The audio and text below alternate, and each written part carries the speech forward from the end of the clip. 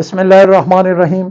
मैं हूं मलिक मोहम्मद अली, प्रोग्राम बात से बात मलिक मोहम्मद अली के साथ। एक तरफ बानी तहरीक इंसाफ ने तहरीक चलाने का ऐलान कर रखा है। 5 अगस्त को नुक्ता अरूज कहा गया है और इस सिलसिले में बानी तहरीक इंसाफ के बेटे कासिम और सलेमान बरतानिया से अमेरिका चले गए हैं और वहां वो बड़ी अहम शख्सियात से मुलाकातें कर रहे हैं। अब देखना यह है कि उन मुलाकातों का बानी तहरीक इंसाफ को क्या फ़ायदा पहुंचता है या नहीं पहुंचता, इस बारे में प्रोग्राम में बात होगी। और प्यारे दोस्तों, जिन दोस्तों ने अभी तक हमारे चैनल को सब्सक्राइब नहीं किया, बराए मेहरबानी वो हमारे चैनल को सब्सक्राइब भी करें, लाइक भी करें और शेयर भी। बानी तहरीक इंसाफ की तरफ से एहतजाज का ऐलान किया गया था और इस सिलसिले में 5 अगस्त 2025 को उस एहतजाज का नुक्ता अरूज करार दिया गया था।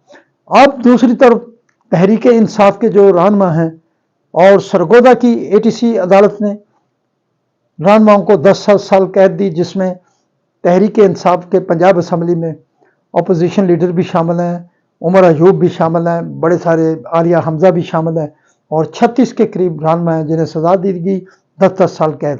और इसके साथ साथ लाहौर की ATC अदालत ने भी रहनुमाओं को 10 साल कैद की सजा दी, जिनमें एजाज चौधरी हैं, सेनेट के साबिक गवर्नर पंजाब, उमर सरफराज चीमा हैं, राशिदा यास्मीन राशिद हैं और इसके साथ साथ महमूद रशीद हैं, जिनके साथ 10 साल की कैद दी गई और शाह महमूद कुरैशी को सबूत की अदम फरामी पर बरी कर दिया गया। अब एक तरफ तो रहनुमाओं को सजा हो गई है और दूसरी तरफ जो रहनुमा तहरीक चलाने के हवाले से मीटिंग्स कर रहे थे, मामलात को आगे बढ़ाने की कोशिश कर रहे थे, अब और दूसरी तरफ इस तहरीक को ये ऐसे महसूस हो रहा है जैसे ये सजाएं और जो रहनुमा गिरफ्तारियां होंगी, अगर कोई गड़बड़ होगी तो वो एक रुकावट का सबब बढ़ेगी तहरीक के अंदर। और दूसरी तरफ बानी तहरीक इंसाफ के बेटे हैं जो बरतानिया पहुंचे।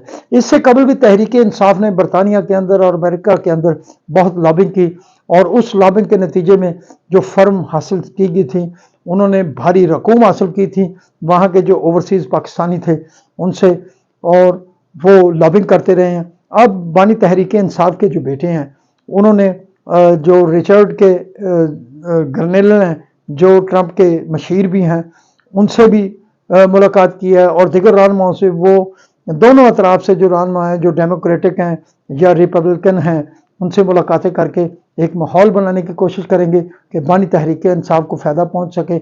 लेकिन हालिया दिनों में ट्रंप ने जो आर्मी चीफ को अपनी दावत पर अमेरिका बुलाया और उन्हें वाइट हाउस के अंदर पुरतकल्लफ अशाया दिया और उन्होंने कहा कि उन्हें इस बात पर फ़ख्र है कि उन्होंने पाकिस्तान के आर्मी चीफ सैयद आसिम मुनीर से मुलाकात की।